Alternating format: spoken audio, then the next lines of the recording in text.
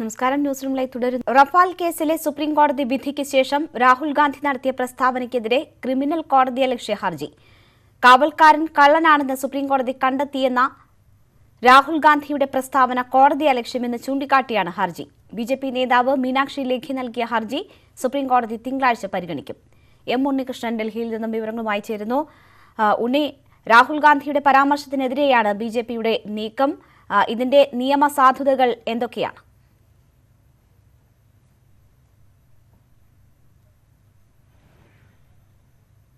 Hello. M Unnikrishnan വിവരങ്ങളുമായി ചേരും. Rafale കേസിലെ സുപ്രീം കോടതി വിധിക്ക് ശേഷം രാഹുൽ ഗാന്ധി നടത്തിയ പ്രസ്താവനയ്ക്കെതിരെയാണ് ക്രിമിനൽ കോടതിയലക്ഷ്യ ഹർജി നൽകിയിരിക്കുന്നത്. കാവൽക്കാരൻ കള്ളനാണ് എന്ന രാഹുൽ ഗാന്ധിയുടെ പരാമർശമാണ് ഇതിനാധാരം. സുപ്രീം കോടതി കാവൽക്കാരൻ കള്ളനാണെന്ന് കണ്ടെത്തിയെന്ന് രാഹുൽ ഗാന്ധിയുടെ പ്രസ്താവന കോടതിയലക്ഷ്യമെന്ന് ചൂണ്ടിക്കാട്ടിയാണ് ഹർജി സമർപ്പിക്കുക. ഉണ്ണി, കേൾക്കാമോ? എന്തൊക്കെയാണ് വിശദാംശങ്ങൾ?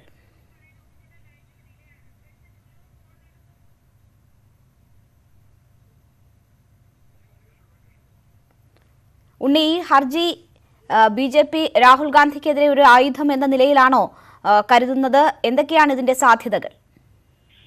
തീർച്ചയായും രാഹുൽ ഗാന്ധിക്കെതിരെ കോടതിയലക്ഷ്യ നടപടി സ്വീകരിക്കുന്നതിനായുള്ള ഒരു നീക്കമായാണ് ഇപ്പോൾ ബിജെപി ഈ ഹർജി ഫയൽ ചെയ്തിരിക്കുന്നത്. റഫാൽ ഇടപാടിൽ കഴിഞ്ഞ ദിവസം സുപ്രീം കോടതി കേന്ദ്ര സർക്കാർ പരിഗണിക്കരുതെന്ന് ആവശ്യപ്പെട്ടിരുന്ന രേഖകൾ പരിഗണിക്കാൻ തീരുമാനിച്ചിരുന്നു പുനഃപരിശോധനാ ഹർജികൾക്കൊപ്പം.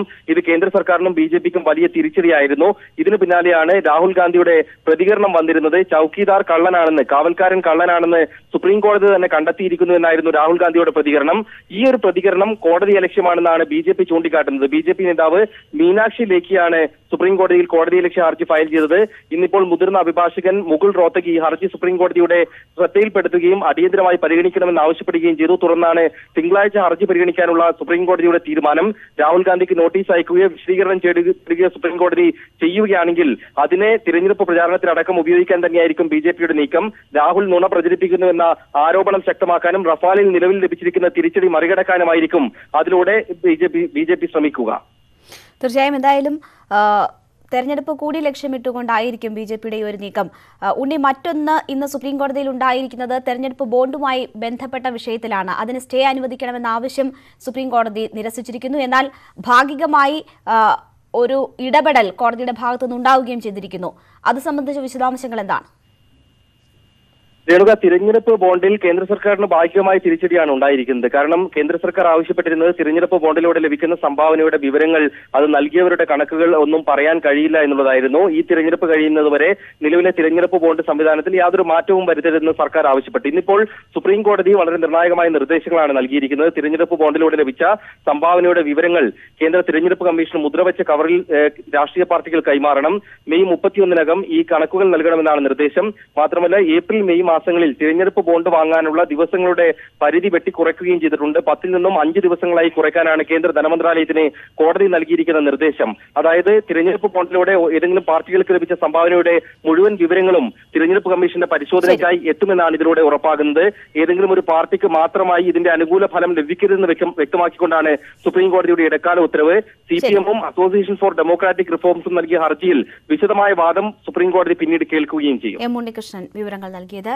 ഇപ്പോൾ ഉമ്മൻചാണ്ടി മലപ്പുറത്ത് മാധ്യമങ്ങളെ കാണുകയാണ്. തത്സമയ സംരക്ഷണത്തിലേക്ക്. ത്രികോണ മത്സരമാണോ അതോ CPM-ഉം BJP ചിത്രത്തിലാരാണ് ഇപ്പോൾ? അല്ല, അതിപ്പം പിന്നെ മാധ്യമങ്ങൾ എഴുതുന്നുണ്ടല്ലോ. എന്നാലും തരൂരിന്റെ പ്രതീക്ഷകൾ ദേശീയതലത്തിൽ നോക്കുന്നൊരു മണ്ഡലമാണല്ലോ അവിടെ. അത് ശശി തരൂരിന് ഒരു ഭീഷണിയുമില്ല. ശശി തരൂര് അവിടെ നല്ല ഭൂരിപക്ഷത്തിൽ ജയിക്കും. കോഴിക്കോടുണ്ട്. കോഴിക്കോട്ടെ എല്ലാ നേതാക്കളും ഇപ്പോൾ KC ബാബു ആണെങ്കിലും PM സുരേഷ് ബാബു ആണെങ്കിലും TCD എല്ലാവരും വയനാട് കോൺസെൻട്രേറ്റ് ചെയ്ത് വർക്ക് ചെയ്യാണ്. അപ്പോൾ അവിടെ നേതാക്കന്മാർ MK രാമന്റെ കൂടെ ഇല്ല എന്നൊരു പരാതി ആക്ഷേപം ഇല്ല. പാർട്ടി ഒരു തീരുമാനം എടുത്തിട്ടുണ്ട്. പാർട്ടി ചുമതലപ്പെടുത്തുന്നവർ മാത്രമേ വയനാട്ടിലേക്ക് പോകാവൂ എന്ന്. അത് അക്ഷരം പ്രതി പാലിക്കുന്നുണ്ട്. പക്ഷെ എല്ലാവരും അവിടുത്തെ നമ്മൾ അറിയപ്പെടുന്ന എല്ലാ നേതാക്കളും വയനാട്ടിലാണ് നിയോഗിച്ചിട്ടുള്ള. പാർട്ടി തീരുമാനിച്ച് ഉത്തരവാദിത്വം ഏറ്റെടുക്കാൻ പറഞ്ഞിട്ടുള്ളവർ മാത്രമേ പിന്നെ അങ്ങോട്ട് പോകുന്നുള്ളൂ. പിന്നെ കോഴിക്കോട് നല്ല ചിട്ടയായ പ്രവർത്തനം നടത്തി നല്ല പുരോഗതി വന്ന ശേഷമാണ് വയനാട്ടിൽ സ്ഥാനാർത്ഥി നിർണയം പോലും ഉണ്ടായത്. അപ്പം വയനാട്ടിൽ കുറച്ച് കൂടുതൽ ശ്രദ്ധ കേന്ദ്രീകരിക്കേണ്ട വന്നു. അതുകൊണ്ട് ആദ്യഘട്ടത്തിൽ ചില നേതാക്കന്മാരെ നിയോഗിച്ചവരൊഴിച്ച് വേറെ ഒരാളെയും അവിടെ എൻ്റർടൈൻ ചെയ്യത്തില്ല. പാലക്കാട് പ്രവർത്തകരില്ല എന്നൊരു പരാതിയൊക്കെ ഉണ്ട്. അങ്ങനെയൊക്കെ ഒരു പരാതി കേൾക്കുന്നുണ്ട്. ആര് പറയുന്ന പരാതിയാ? ആര് പറയുന്ന? അവിടെ ഒന്നും അങ്ങനെയുള്ള പ്രശ്നങ്ങളില്ല. പിന്നെ എപ്പോഴും കോൺഗ്രസിൻ്റെയും UDFിൻ്റെയും പ്രവർത്തനങ്ങൾ ശരിയായി ചൂടുപിടിക്കുന്ന അവസാനത്തെ 10 ദിവസമാണ്. ഈ പോസ്റ്റൽ വോട്ട് ചെയ്യുന്ന പോലീസുകാരുടെ വിവരങ്ങൾ ശേഖരിക്കുന്ന DGPയുടെ ഒരു സർക്കുലർ പുറത്തിറങ്ങിയിട്ടുണ്ട്. അതൊരു വിവാദമായിരുന്നു. അതിനെക്കുറിച്ച് ഞാൻ അതിന് ശ്രദ്ധപ്പെട്ടിട്ടില്ല. തെരഞ്ഞെടുപ്പിൽ ഏതെങ്കിലും ഉദ്യോഗസ്ഥൻ ഇടപെടാൻ ശ്രമിച്ചാൽ അതിനെ ഒരു കാരണവശാലും അനുവദിക്കുന്ന പ്രശ്നമില്ല. ഇത് കേരളമാണ്. മറ്റ് സംസ്ഥാനങ്ങൾ പോലെ അത് കണ്ടും കേട്ടും ഇരിക്കുന്ന പ്രശ്നമില്ല. തെരഞ്ഞെടുപ്പിൽ ഇടപെടാൻ നടപടി ചട്ടങ്ങൾ ലംഘിക്കാനോ ഒരു ഉദ്യോഗസ്ഥനെ അനുവദിക്കുന്ന പ്രശ്നമില്ല. ഉമ്മൻചാണ്ടി മാധ്യമങ്ങളെ കാണുകയായിരുന്നു. തെരഞ്ഞെടുപ്പ് പ്രചാരണ രംഗത്തെ നേതാക്കളുടെ ഇടപെടലുമായി ബന്ധപ്പെട്ട് സ്ഥാനാർത്ഥികൾ ഉയർത്തിയ പരാതി സംബന്ധിച്ചുള്ള കാര്യങ്ങളിൽ അദ്ദേഹം മറുപടി നൽകുകയായിരുന്നു. സംസ്ഥാനത്ത് വോട്ടെടുപ്പിന് 10 ദിവസം മാത്രം ശേഷിക്കെ പ്രചാരണം ശക്തമാക്കി മുന്നണികൾ. അവസാനവട്ട പ്രചാരണ പരിപാടികൾക്കായി ദേശീയ നേതാക്കൾ എത്തി തുടങ്ങി. പ്രധാനമന്ത്രി നരേന്ദ്രമോദി ഇന്ന് വൈകിട്ട് കോഴിക്കോട്ടെത്തും. രാഹുൽ ഗാന്ധി 2ാം ഘട്ട പ്രചാരണത്തിനായി ചൊവ്വാഴ്ചയാണ് എത്തുന്നത്. കോഴിക്കോട് നിന്ന് S. വിനേഷ് കുമാർ വിവരങ്ങളുമായി ചേരുന്നു. വിനേഷ്, രാഹുൽ ഗാന്ധിയുടെ സ്ഥാനാർത്ഥിത്വം പ്രഖ്യാപിക്കപ്പെട്ടതിന് ശേഷം രാഹുൽ ഗാന്ധി നാമനിർദ്ദേശ പത്രിക നൽകിയതിനു ശേഷമൊക്കെ നരേന്ദ്രമോദി ആദ്യമായി കേരളത്തിലേക്ക് എത്തുന്ന ഒരു സാഹചര്യമാണ്. വലിയ രീതിയിലുള്ള പരിപാടികളാണോ സജ്ജീകരിച്ചിട്ടുള്ളത്? രേണുക, തീർച്ചയായും വിപുലമായ രീതിയിലുള്ള പരിപാടികൾ തന്നെയാണ് ഇവിടെ സജ്ജീകരിച്ചിരിക്കുന്നത്. 1,00,000 ആളുകൾ പങ്കെടുക്കുന്ന വിജയ് സങ്കല്പ റാലി 6:30 ഇപ്പോൾ ഞാൻ നിൽക്കുന്ന കോഴിക്കോട് ബീച്ചിലാണ് നടക്കുക. ഇത് കൂടാതെ തന്നെ പ്രമുഖ നേതാക്കളെല്ലാം തന്നെ ഇവിടെ എത്തുന്നുണ്ട്. നമുക്കറിയാം, രാഹുൽ ഗാന്ധി വയനാട് സ്ഥാനാർത്ഥിയായതിനു ശേഷം അമിത്ഷായും അതുപോലെ തന്നെ പ്രധാനമന്ത്രി നരേന്ദ്രമോദിയും പ്രചരണത്തിന് വേണ്ടി NDA സ്ഥാനാർത്ഥികളുടെ പ്രചരണത്തിന് വേണ്ടി കേരളത്തിലെത്തുമെന്ന് തുഷാർ വെള്ളാപ്പള്ളി വാർത്താ സമ്മേളനം നടത്തി പറഞ്ഞത് ഉൾപ്പെടെയുള്ള കാര്യങ്ങൾ, സ്മൃതി ഇറാനി ഉൾപ്പെടെയുള്ള നേതാക്കൾ അടുത്ത ദിവസങ്ങളിൽ തന്നെ എത്തുമെന്നാണ് ഇപ്പോൾ നമുക്ക് ലഭ്യമാകുന്ന വിവരം. 6 മണിയോടുകൂടി കരിപ്പൂർ വിമാനത്താവളത്തിലാണ് നരേന്ദ്രമോദി ഇറങ്ങുക. അവിടെ നിന്ന് കാറ് മാർഗമാണ് കോഴിക്കോട് ബീച്ചിലേക്ക് എത്തുക. 6:30 ഇവിടെ പൊതുയോഗം നടക്കുക.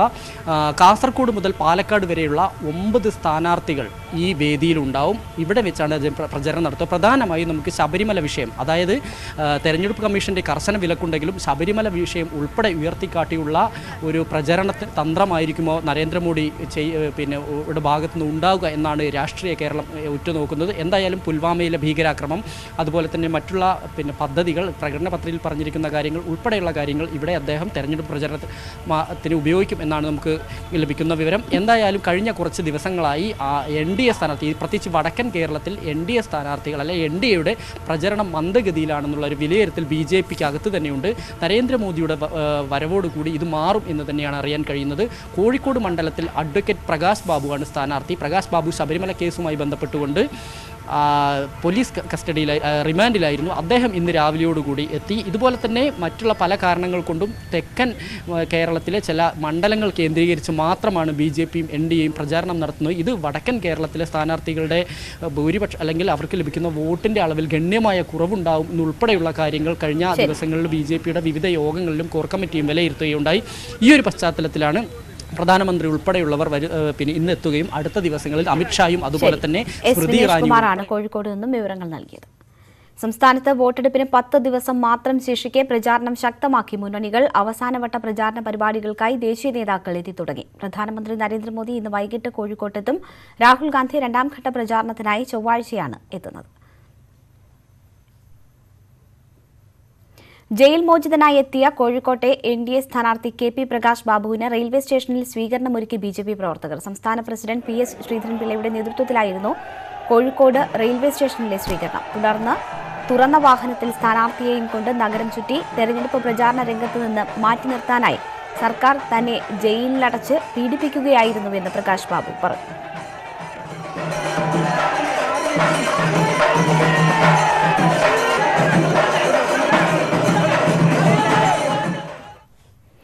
കൊച്ചി ബ്യൂട്ടി പാർലർ വെടിവയ്പ് കേസിലെ പ്രതികളുമായി തെളിവെടുപ്പ് അല്പസമയത്തിനകം തുടങ്ങും. 1 കോടി രൂപയ്ക്കാണ് കൊട്ടേഷൻ നൽകിയതെന്നും ഇതിൽ 30,000 രൂപ അഡ്വാൻസ് നൽകിയിരുന്നുവെന്നും അന്വേഷണ സംഘത്തോട് പ്രതികൾ പറഞ്ഞു. രവി പൂജാരിയുമായി ബന്ധമുള്ള കാസർഗോഡ് സംഘമാണ് കൊട്ടേഷൻ നൽകിയത്. വിവരങ്ങളുമായി എൻ ശ്രീനാഥ് ചേരുന്നു. ശ്രീനാഥ്, ഈ പ്രതികളെ ചോദ്യം ചെയ്തതിൽ നിന്നും നിർണായക വിവരങ്ങൾ പോലീസിന് ലഭിച്ചിട്ടുണ്ടോ? രേണുക, പ്രതികളെ ചോദ്യം ചെയ്തതിൽ നിന്ന് നിർണായകമായ ചില വിവരങ്ങൾ പോലീസിന് ലഭിച്ചിട്ടുണ്ട് എന്നാണ് അറിയുന്നത്. IG വിജയ് സാഖറെ ഉച്ചയ്ക്ക് ശേഷം വാർത്താ സമ്മേളനം വിളിക്കുന്നുണ്ട്. അതിനുശേഷം മാത്രമേ തെളിവെടുപ്പുണ്ടാകൂ എന്നാണ് ഇപ്പോൾ ലഭ്യമാകുന്ന സൂചന. ഈ വെടിവെപ്പ് കേസുമായി ബന്ധപ്പെട്ട് പ്രതികൾക്ക് 30,000 രൂപയാണ് കിട്ടിയത് എന്നാണ് പറയുന്നത്. ഇവരോട് ബ്യൂട്ടി പാർലറിന് ഉള്ളിൽ കയറി വെടിവെച്ച് ഭീകരാന്തരീക്ഷം സൃഷ്ടിക്കണം എന്നാണ് ആവശ്യപ്പെട്ടിരുന്നത്. അതിന് 1 കോടി രൂപയുടെ കൊട്ടേഷൻ നൽകിയിരുന്നു. പക്ഷേ അവർക്ക് അത് ഉള്ളിൽ കയറി വെടിവെക്കാൻ കഴിഞ്ഞില്ല. അതുകൊണ്ട് തന്നെ ഇവർക്ക് 30,000 രൂപ മാത്രമാണ് നൽകിയത് എന്നാണ് പ്രതികൾ പോലീസിനോട് ഇപ്പോൾ പറഞ്ഞിരിക്കുന്നത്. ബിലാൽ, വിപിൻ എന്നീ 2 പേരാണ് പിടിയിലായിരിക്കുന്നത്. ആക്രമണം നടത്തിയ ശേഷം ഇരുവരും പല പ്രാവശ്യം കാസർഗോഡ് എത്തിയതായും പോലീസിന് സൂചന ലഭിച്ചിട്ടുണ്ട്. ഇവർ കാസർഗോഡ് കേന്ദ്രീകരിച്ച് പ്രവർത്തിക്കുന്ന കൊട്ടേഷൻ സംഘമാണ്. യഥാർത്ഥത്തിൽ രവി പൂജാരി കാസർഗോഡ് സംഘത്തിന് കൊട്ടേഷൻ നൽകിയായിരുന്നു. അവരാണ് ഈ കൃത്യം നിർവഹിച്ചിരിക്കുന്നത്. ഇവർക്ക് കേസുമായി നേരിട്ട് മറ്റ് ബന്ധങ്ങളില്ല എന്നുള്ളതാണ് പോലീസിന് വ്യക്തമാകുന്നത്. കാരണം അവരെ ഒരു കൊട്ടേഷൻ ഏൽപ്പിച്ചിരുന്നു, അവർ കാര്യങ്ങൾ നിർവഹിച്ചു, അതിനുശേഷം മടങ്ങി. ഇത് മാത്രമായിരുന്നു അവരുടെ റോൾ.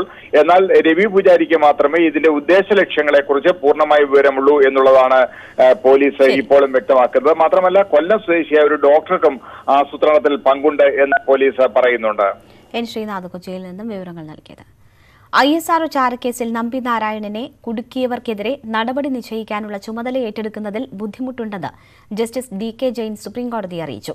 BCCI ഓംബുഡ്സ്മാനായി ചുമതല ഏറ്റെടുത്ത സാഹചര്യത്തിലാണ് തീരുമാനം. ഇക്കാര്യം സൂചിപ്പിച്ച് അദ്ദേഹം കോടതിക്ക് കത്ത് നൽകി. കഴിഞ്ഞ സെപ്റ്റംബറിൽ നമ്പി നാരായണനെ ചാരക്കേസിൽ കുടുക്കിയ ഉദ്യോഗസ്ഥർക്കെതിരെ ജസ്റ്റിസ് DK ജെയിൻ അധ്യക്ഷനായ സമിതി അന്വേഷണം നടത്താൻ സുപ്രീംകോടതി ഉത്തരവിട്ടിരുന്നു. അന്വേഷണ ഉദ്യോഗസ്ഥരായിരുന്ന CB Mathew, KK Joshua, S Vijayan എന്നിവർക്കെതിരെ നടപടി നിശ്ചയിക്കാനായി തുടർ നടപടികൾ ആരംഭിച്ചിരുന്നു. ഇതിനിടെയാണ് ചുമതല ഏറ്റെടുക്കുന്നതിൽ ബുദ്ധിമുട്ട് അറിയിച്ചുകൊണ്ടുള്ള DK ജെയിന്റെ കത്ത്. പുതിയ ജഡ്ജിയെ ചുമതലപ്പെടുത്തുന്നതിൽ തീരുമാനം കോടതി കൈക്കൊള്ളും. വിജിലൻസ് മുൻ ഡയറക്ടർ ജേക്കബ് തോമസിനെതിരെ അഴിമതി കേസ്. തുറമുഖ ഡയറക്ടറായിരിക്കെ ഡ്രഡ്ജർ വാങ്ങിയതിൽ ക്രമക്കേട് നടത്തിയെന്നാണ് കേസ്. അഴിമതി നിരോധന നിയമപ്രകാരം തിരുവനന്തപുരം വിജിലൻസ് കോടതിയിൽ FIR ഫയൽ ചെയ്തു. 2009 മുതൽ 2014 വരെ തുറമുഖ വകുപ്പ് ഡയറക്ടറായിരുന്നു ജേക്കബ് തോമസ്. ഈ കാലയളവിൽ ഡ്രഡ്ജർ വാങ്ങിയതിൽ 14.96 കോടി രൂപയുടെ ക്രമക്കേട് നടത്തിയെന്ന ധനകാര്യ പരിശോധനാ വിഭാഗം കണ്ടെത്തിയിരുന്നു. ഈ റിപ്പോർട്ടിന്റെ അടിസ്ഥാനത്തിൽ ജേക്കബ് തോമസിനെതിരെ അന്വേഷണത്തിന് അന്നത്തെ ചീഫ് സെക്രട്ടറി SM വിജയാനന്ദ് ഉത്തരവിട്ടു. എന്നാൽ ജേക്കബ് തോമസ് വിജിലൻസ് ഡയറക്ടറായതോടെ അന്വേഷണം നിലച്ചു. ജേക്കബ് തോമസ് അഴിമതി കാട്ടിയിട്ടില്ലെന്ന് മുഖ്യമന്ത്രി നിയമസഭയിലും വ്യക്തമാക്കി. പരാതിക്കാരനായ സത്യൻ നരൂർ എന്ന NTUC നേതാവ് അന്വേഷണം ആവശ്യപ്പെട്ട് ഹൈക്കോടതിയെ സമീപിച്ചതോടെ വീണ്ടും അന്വേഷണം ആരംഭിച്ചു. ഇതിൽ കോടതി സർക്കാരിന്റെ അഭിപ്രായം തേടുകയും അന്വേഷണമാകാമെന്ന നിയമോപദേശം ലഭിക്കുകയും ചെയ്തു. തുടർന്നാണ് അഴിമതി നിരോധന നിയമപ്രകാരം ജേക്കബ് തോമസിനെതിരെ FIR രജിസ്റ്റർ ചെയ്തത്. ഹോളണ്ട് ആസ്ഥാനമായുള്ള കമ്പനിയിൽ നിന്നാണ് ഡ്രഡ്ജർ വാങ്ങിയത്. ഈ കമ്പനിക്കെതിരെയും കേസുണ്ട്. സർവീസിൽ നിന്ന് സ്വയം വിരമിക്കൽ അപേക്ഷ നൽകിയ ജേക്കബ് തോമസ് രാഷ്ട്രീയ പ്രവേശനവും പ്രഖ്യാപിച്ചിരുന്നു. ഇതിനിടെയാണ് വിജിലൻസ് കേസിൽ പ്രതിയാകുന്നത്. ന്യൂസ് 18 തിരുവനന്തപുരം. സൈന്യത്തെ തെരഞ്ഞെടുപ്പ് ലാഭത്തിനായി ഉപയോഗിക്കുന്നത് തടയണമെന്നാവശ്യപ്പെട്ട് സായുധ സേനയിലെ മുൻ ഉദ്യോഗസ്ഥർ രംഗത്ത്. യോഗി ആദിത്യനാഥ് അടക്കമുള്ളവർ സൈന്യത്തിന്റെ പേരിൽ വോട്ട് തേടുന്ന പ്രസ്താവനകൾ തടയണമെന്നാവശ്യപ്പെട്ട് രാഷ്ട്രപതിക്ക് കത്തയച്ചു. സൈന്യവുമായി ബന്ധപ്പെടുത്തിയുള്ള പ്രചാരണത്തിൽ നിന്ന് വിട്ടുനിൽക്കാൻ പാർട്ടികൾക്ക് നിർദ്ദേശം നൽകണമെന്നാണ് കത്തിലെ ആവശ്യം. 156 മുൻ സൈനിക ഉദ്യോഗസ്ഥരാണ് കത്തിൽ ഒപ്പുവെച്ചത്. കത്തിന്റെ പകർപ്പ് തെരഞ്ഞെടുപ്പ് കമ്മീഷനും നൽകിയിട്ടുണ്ട്. നരേന്ദ്രമോദിയുടെ ജീവിതത്തെ ആസ്പദമാക്കി ചിത്രീകരിച്ച PM നരേന്ദ്രമോദിയുടെ റിലീസ് തടഞ്ഞ തെരഞ്ഞെടുപ്പ് കമ്മീഷൻ നടപടിക്കെതിരെ സുപ്രീംകോടതിയിൽ ഹർജി. അഭിപ്രായ സ്വാതന്ത്ര്യത്തിന്റെ ലംഘനം ആണ് കമ്മീഷൻ നടപടിയെന്ന് ചൂണ്ടിക്കാട്ടി ചിത്രത്തിന്റെ നിർമ്മാതാക്കളാണ് സുപ്രീംകോടതിയെ സമീപിച്ചത്. തിങ്കളാഴ്ച ഹർജി പരിഗണിക്കാമെന്ന് ചീഫ് ജസ്റ്റിസ് രഞ്ജൻ ഗൊഗോയ് അധ്യക്ഷനായ ബെഞ്ച് വ്യക്തമാക്കി. PM നരേന്ദ്രമോദി ഇപ്പോൾ റിലീസ് ചെയ്യുന്നത് മാതൃകാ പെരുമാറ്റച്ചട്ടത്തിന്റെ ലംഘനമാണെന്ന് ചൂണ്ടിക്കാട്ടിയാണ് ചിത്രത്തിന്റെ റിലീസ് ഇന്നലെ തെരഞ്ഞെടുപ്പ് കമ്മീഷൻ തടഞ്ഞത്. കോടതിക്ക് മുന്നിൽ മധ്യവയസ്കന്റെ ആത്മഹത്യാശ്രമം. തന്റെ ഭാഗം കേൾക്കാതെ കോടതി വിധി പുറപ്പെടുവിച്ചതിൽ പ്രതിഷേധിച്ചായിരുന്നു ആത്മഹത്യാശ്രമം.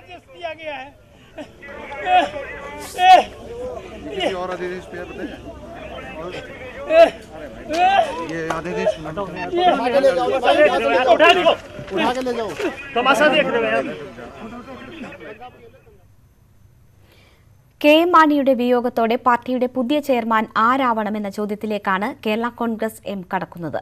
PJ ജോസഫും ജോസ് കെ മാണിയും ഒരുപോലെ ചെയർമാൻ സ്ഥാനം ലക്ഷ്യമിടുന്ന സാഹചര്യത്തിൽ സ്വാഭാവികമായും ഇത് തർക്കത്തിലേക്കാവും നീങ്ങുക. ചെയർമാൻ സ്ഥാനത്തിൽ വിട്ടുവീഴ്ചയില്ല എന്ന നിലപാടിലാണ് ജോസഫ് വിഭാഗം. KM മാണിക്ക് ശേഷം ആര് പാർട്ടി ചെയർമാനാകുമെന്ന ചോദ്യമാണ് കേരള കോൺഗ്രസ് എമ്മിന് മുന്നിൽ. പാർട്ടി വർക്കിംഗ് ചെയർമാനും മുതിർന്ന നേതാവുമായ PJ ജോസഫ്, വൈസ് ചെയർമാനും KM മാണിയുടെ മകനുമായ ജോസ് കെ മാണി. ഇതിൽ ഒരു പേര് തീരുമാനിക്കുക എളുപ്പമല്ല. കേരള യാത്രയ്ക്ക് ശേഷം ജോസ് കെ മാണിയെ ചെയർമാനാക്കാനുള്ള KM മാണിയുടെ നീക്കം മുന്നിൽ കണ്ടായിരുന്നു PJ ജോസഫ് പാർട്ടിയിൽ നേരത്തെ കലാപക്കൊടി ഉയർത്തിയത്. എന്നാൽ പാർട്ടി കമ്മിറ്റികളിൽ വ്യക്തമായ മേൽക്കൈ ജോസ് കെ മാണിക്കുണ്ട്. മാണിയുടെ പേരിലുള്ള പാർട്ടിയുടെ ചെയർമാനായി വരേണ്ടത് മാണിയുടെ മകനായ ജോസ് കെ മാണിയാണെന്ന വികാരം പങ്കിടുന്നവർക്കാണ് പാർട്ടി ഭാരവാഹിത്വത്തിൽ മേധാവിത്വം. എന്നാൽ നിലവിൽ പാർട്ടിയിലെ ഏറ്റവും തലമുതിർന്ന നേതാവ് PJയ്ക്ക് മേലെ ജോസ് കെയ്ക്ക് സ്ഥാനം നൽകുന്നതിനെ ജോസഫ് വിഭാഗം ചോദ്യം ചെയ്യും. മാണിക്കൊപ്പം നിന്ന ഒരു വിഭാഗം മുതിർന്ന നേതാക്കളുടെ പിന്തുണയും ഇവർക്കുണ്ട്. താരതമ്യേന ജൂനിയറായ ജോസ് കെയെ അംഗീകരിക്കാൻ പ്രയാസമുള്ള പാർട്ടി നേതാക്കൾ PJയ്ക്ക് പിന്നിൽ അണിനിരക്കാനും സാധ്യതയുണ്ട്. രാജ്യസഭാ സീറ്റ് ജോസ് കെ മാണിക്ക് നൽകാൻ പിന്തുണച്ചതും തനിക്കൊരു ലോക്സഭാ സീറ്റ് എന്ന ആവശ്യം തള്ളിയിട്ടും പിളർപ്പൊഴിവാക്കിയതും ജോസഫ് അനുകൂലികൾ ചൂണ്ടിക്കാട്ടുന്നു. കേരള കോൺഗ്രസുമായി ബന്ധപ്പെട്ട ക്രിസ്ത്യൻ മതമേധാവികളുടെ നിലപാടും അന്തിമ തീരുമാനത്തിൽ നിർണായകമാകും. 6 മാസത്തിനുള്ളിൽ നടക്കേണ്ട പാലാ ഉപതെരഞ്ഞെടുപ്പിൽ ആരു സ്ഥാനാർത്ഥിയാവണമെന്നതും ചെയർമാൻ പദവിക്കൊപ്പം ചർച്ചയാകും. KM മാണിയുടെ അനധിസാധാരണമായ നേതൃവൈഭവത്താലാണ് കേരള കോൺഗ്രസ് മാണി വിഭാഗം ഇക്കാലം അത്രയും 1-ാം നമ്പർ കേരള കോൺഗ്രസായി നിലകൊണ്ടത്. പിളർപ്പും ലയനവും DNA ഭാഗമായ ഈ പാർട്ടിയുടെ ഭാവി തൽക്കാലം പ്രവചിക്കുക അസാധ്യമാണ്. R. Kiran Babu, political bureau, news 18. കൂടുതൽ തെരഞ്ഞെടുപ്പ് വാർത്തകൾ.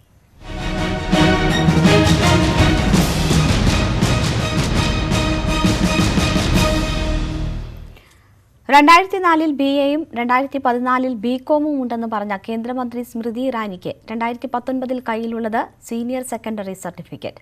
അമേഠിയിൽ നൽകിയ നാമനിർദ്ദേശ പത്രികയിലാണ് വിദ്യാഭ്യാസ യോഗ്യത സീനിയർ സെക്കൻഡറി മാത്രമാണെന്ന് സ്മൃതി ഇറാനി സത്യവാങ്മൂലം നൽകിയത്.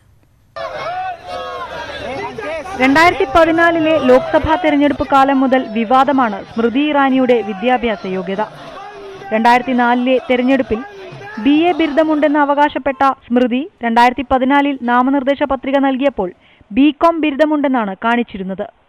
സത്യവാങ്മൂലം നുണയാണെന്ന് കോൺഗ്രസ് അന്നേ പരാതി നൽകി. ഡൽഹി സർവകലാശാലയുടെ BCom ബിരുദത്തിന് പുറമെ US-ലെ യേൽ യൂണിവേഴ്സിറ്റിയിൽ നിന്ന് BA നേടിയെന്നുമാണ് സ്മൃതി അന്ന് അവകാശപ്പെട്ടത്. എന്നാൽ കഴിഞ്ഞ ദിവസം അമേഠിയിൽ നൽകിയ നാമനിർദ്ദേശ പത്രികയിലാണ് വിദ്യാഭ്യാസ യോഗ്യത സീനിയർ സെക്കൻഡറിയാണെന്ന് വെളിപ്പെടുത്തുന്നത്. 1991 സെക്കൻഡറി വിദ്യാഭ്യാസവും 1993 സീനിയർ സെക്കൻഡറി സ്കൂൾ വിദ്യാഭ്യാസവും പൂർത്തിയാക്കിയെന്നാണ് സത്യവാങ്മൂലത്തിൽ പറയുന്നത്. 1994 ഡൽഹി യൂണിവേഴ്സിറ്റിയുടെ വിദൂര വിദ്യാഭ്യാസ പദ്ധതിയിലൂടെ BCom ബിരുദ കോഴ്സിന് ചേർന്നെങ്കിലും അത് പൂർത്തിയാക്കിയിട്ടില്ലെന്നും സത്യവാങ്മൂലത്തിൽ പറയുന്നു. യേൽ യൂണിവേഴ്സിറ്റിയിൽ നിന്നുള്ള ബിരുദത്തെക്കുറിച്ച് സത്യവാങ്മൂലത്തിൽ പരാമർശിക്കുന്നില്ല. 2014 തെറ്റായ വിദ്യാഭ്യാസ യോഗ്യത നൽകിയെന്ന പരാതി നിലവിൽ ഡൽഹി ഹൈക്കോടതിയുടെ പരിഗണനയിലാണ്. കോൺഗ്രസ് അധ്യക്ഷൻ രാഹുൽ ഗാന്ധിയാണ് അമേഠിയിൽ സ്മൃതിയുടെ എതിരാളി. News desk, news 18. സംസ്ഥാനത്ത് ലോക്സഭാ തെരഞ്ഞെടുപ്പിന്റെ സുരക്ഷാ പ്ലാൻ തയ്യാറായി. തീവ്ര പ്രശ്നബാധിത ബൂത്തുകളിലും തീവ്ര സ്വഭാവമുള്ള സംഘടനകളുടെ സ്വാധീന മേഖലകളിലും അർദ്ധ സൈനിക വിഭാഗത്തെ വിന്യസിക്കും. 57 കമ്പനി അർദ്ധ സൈനികരാണ് സുരക്ഷാ ചുമതലയിൽ.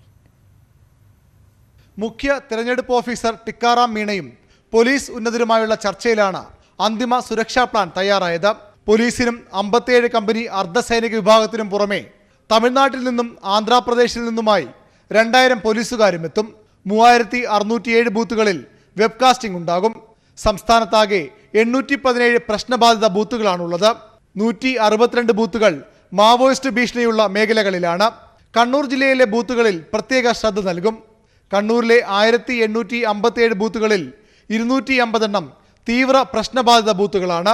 611 പ്രശ്നബാധിത ബൂത്തുകളും 24 പ്രശ്ന സാധ്യത കുറവുള്ള ബൂത്തുകളും ജില്ലയിലുണ്ട്. 39 ബൂത്തുകൾ തീവ്ര സ്വഭാവമുള്ള സംഘടനകളുടെ സ്വാധീന മേഖലയിലാണ്. ഇവിടങ്ങളിൽ സുരക്ഷ ശക്തമാക്കും. പൊതുനിരീക്ഷകൻ, പോലീസ് നിരീക്ഷകൻ, ചെലവ് നിരീക്ഷകൻ എന്നിവരുടെ നിരീക്ഷണവും ഉണ്ടാകും. കണ്ണൂർ ജില്ലയിലെ ഭൂരിഭാഗം ബൂത്തുകളിലും വെബ്കാസ്റ്റിംഗ് ഏർപ്പെടുത്തുമെന്ന് മുഖ്യ തെരഞ്ഞെടുപ്പ് ഓഫീസർ ടിക്കാറാം മീണ പറഞ്ഞു. ന്യൂസ് 18 തിരുവനന്തപുരം. ശബരിമല സ്ത്രീ പ്രവേശനം പ്രചാരണ വിഷയമാക്കി ശബരിമല കർമ്മസമിതി. തലസ്ഥാനത്ത് പ്രധാന കേന്ദ്രങ്ങളിൽ കൂറ്റൻ ബോർഡുകൾ സ്ഥാപിച്ചാണ് കർമ്മസമിതിയുടെ വോട്ടുപിടുത്തം. ഇതിനെതിരെ ഇടതുമുന്നണി തെരഞ്ഞെടുപ്പ് കമ്മീഷനെ സമീപിക്കും. ദൈവത്തിന്റെയും ആരാധനാലയങ്ങളുടെയും പേര് പ്രചരണത്തിന് ഉപയോഗിക്കരുതെന്നാണ് തെരഞ്ഞെടുപ്പ് ചട്ടം. എന്നാൽ കൂറ്റൻ ഹോർഡിംഗ്സുകളിലൂടെ പരോക്ഷമായി ശബരിമല വിഷയം പ്രചരിപ്പിക്കുകയാണ് ശബരിമല കർമ്മസമിതി. മണ്ഡലം മറന്നാലും മണ്ഡലകാലം മറക്കരുത്, കറുപ്പുടുത്തവരെ കരയിച്ചതും കരളു തകർത്തതും കാണാതെ പോകരുത് തുടങ്ങിയവയാണ് ഹോർഡിംഗ്സുകളിലെ വാചകങ്ങൾ. ശബരിമല സമരവുമായി ബന്ധപ്പെട്ട പോലീസ് നടപടികളുടെ ദൃശ്യങ്ങളും ഹോർഡിംഗ്സുകളിലുണ്ട്. ശബരിമല കർമ്മസമിതിയിലൂടെ BJP തെരഞ്ഞെടുപ്പ് പെരുമാറ്റച്ചട്ടം ലംഘിക്കുകയാണെന്നാണ് ഇടതുമുന്നണിയുടെ ആരോപണം. ശബരിമല വിഷയം ഈ തെരഞ്ഞെടുപ്പിൽ ചർച്ചയാക്കി വർഗീയമായി ജനങ്ങളെ വേർതിരിപ്പിക്കാനുള്ള BJPയുടെ RSSന്റെയും തന്ത്രമാണ് പല രൂപത്തിലിവിടെ കാണുന്നത്. അതിലൊരു ഭാഗമാണ് ശബരിമലയുമായി ബന്ധപ്പെട്ട് നടന്ന ഓരോ വിഷയങ്ങളുടെ ഹോൾഡിങ്സിലൂടെ പുറത്ത് കാണിക്കുന്നത്. അതിൽ സ്ഥാനാർത്ഥിയായി BJPയുടെ സ്ഥാനാർത്ഥിയായി മത്സരിക്കുന്നവരുടെ ചിത്രമടക്കമുണ്ട്. ഹൈന്ദവ സംഘടനകളുടെ പേരിൽ ലഘുലേഖകളും കൈപ്പുസ്തകങ്ങളും പ്രചരിപ്പിക്കുന്നെന്നും ഇടതുമുന്നണി ആരോപിക്കുന്നു. ഇതിന്റെ തെളിവുകളടക്കം തെരഞ്ഞെടുപ്പ് കമ്മീഷനെ സമീപിക്കാനാണ് ഇടതുമുന്നണി തീരുമാനം. ന്യൂസ് 18 തിരുവനന്തപുരം. ചികിത്സയ്ക്കും വിശ്രമത്തിനും ശേഷം പ്രചാരണ രംഗത്ത് സജീവമാകാൻ ചാലക്കുടിയിലെ UDF സ്ഥാനാർത്ഥി ബെന്നി ബെഹനാൻ. ഹൃദയാഘാതത്തെ തുടർന്ന് ചികിത്സയിലായിരുന്ന ബെന്നി ബെഹനാൻ മറ്റന്നാൾ പ്രചാരണം പുനരാരംഭിക്കും. ചാലക്കുടി മണ്ഡലത്തിലെ മൂന്നാംഘട്ട പ്രചരണത്തിന് തുടക്കമിട്ടതിന് പിന്നാലെയാണ് ബെന്നി ബെഹനാനെ ഹൃദയാഘാതത്തെ തുടർന്ന് ആശുപത്രിയിൽ പ്രവേശിപ്പിച്ചത്. ചികിത്സയ്ക്ക് പിന്നാലെ ഡോക്ടർമാർ നിർബന്ധിത വിശ്രമം നിർദ്ദേശിച്ചതോടെ മണ്ഡലത്തിലെ UDF MLAമാരാണ് ബെന്നി ബെഹനാനായി പ്രചരണം ഏറ്റെടുത്തത്. ഏതായാലും വിശ്രമ ജീവിതത്തിന് ശേഷം മറ്റന്നാൾ പ്രചരണ രംഗത്ത് സജീവമാകാനാണ് ബെന്നി ബെഹനാന്റെ തീരുമാനം. തന്റെ അഭാവം പ്രചരണത്തെ ബാധിച്ചിട്ടില്ലെന്നും UDF നേതാക്കളുടെയും MLAമാരുടെയും സാന്നിധ്യം ആത്മവിശ്വാസം വർദ്ധിപ്പിച്ചിട്ടുണ്ടെന്നും ബെന്നി ബെഹനാൻ പറഞ്ഞു. പക്ഷേ എൻ്റെ അസാന്നിധ്യം തെരഞ്ഞെടുപ്പിനെ ബാധിച്ചിട്ടില്ല. അവിടെ നിന്നുള്ള MLAമാരും UDF നേതാക്കന്മാരും സഹപ്രവർത്തകന്മാരും എൻ്റെ അസാന്നിധ്യത്തിൽ ഒരു കുറവുമില്ലാത്ത രീതിയിൽ അവർ തന്നെ പ്രചരണ പരിപാടി ഏറ്റെടുത്ത് MLAമാരുടെ നേതൃത്വത്തിൽ എല്ലാ നിയമമണ്ഡലത്തിലും പ്രചരണ പരിപാടി, ഒരു സ്ഥാനാർത്ഥി പര്യടന പരിപാടി പോലെ തന്നെ അതിനേക്കാൾ ഗംഭീരമായിട്ട് എല്ലാ സ്ഥലത്തും നടന്നു. അത് വലിയൊരു ആത്മവിശ്വാസമാണ്. ബെന്നിച്ചേട്ട വിശ്രമിക്കൂ, ഞങ്ങളുണ്ടെന്ന ടാഗ് ലൈനോടെ MLAമാരായ VP സജീന്ദ്രൻ, എൽദോസ് കുന്നപ്പള്ളി, റോജി M ജോൺ, അൻവർ സാദ് എന്നിവരാണ് ബെന്നി ബെഹനാനായി മണ്ഡലത്തിൽ കളം നിറഞ്ഞ് വോട്ട് ചോദിക്കുന്നത്. ന്യൂസ് 18 കൊച്ചി. സംസ്ഥാനത്ത് ഇന്നും നാളെയും ചൂട് വലിയ അളവിൽ കൂടുമെന്ന് മുന്നറിയിപ്പ്. 4 ജില്ലകളിൽ 4 ഡിഗ്രി സെൽഷ്യസ് വരെ താപനില ഉയരുമെന്ന് കാലാവസ്ഥാ നിരീക്ഷണ കേന്ദ്രം അറിയിച്ചു. തിരുവനന്തപുരം, കൊല്ലം, ആലപ്പുഴ, പാലക്കാട് ജില്ലകളിലാകും 2 മുതൽ 4 ഡിഗ്രി സെൽഷ്യസ് വരെ താപനില ഉയരുക. വയനാട് ഒഴികെയുള്ള മറ്റ് ജില്ലകളിലും ഉയർന്ന താപനില ശരാശരിയിൽ നിന്നും 2 മുതൽ 3 ഡിഗ്രി സെൽഷ്യസ് വരെ കൂടിയേക്കുമെന്ന് കാലാവസ്ഥാ നിരീക്ഷണ കേന്ദ്രം അറിയിച്ചു. 3 ദിവസം ചൂട് ഇതേ നിലയിൽ തുടരുമെന്നാണ് മുന്നറിയിപ്പ്.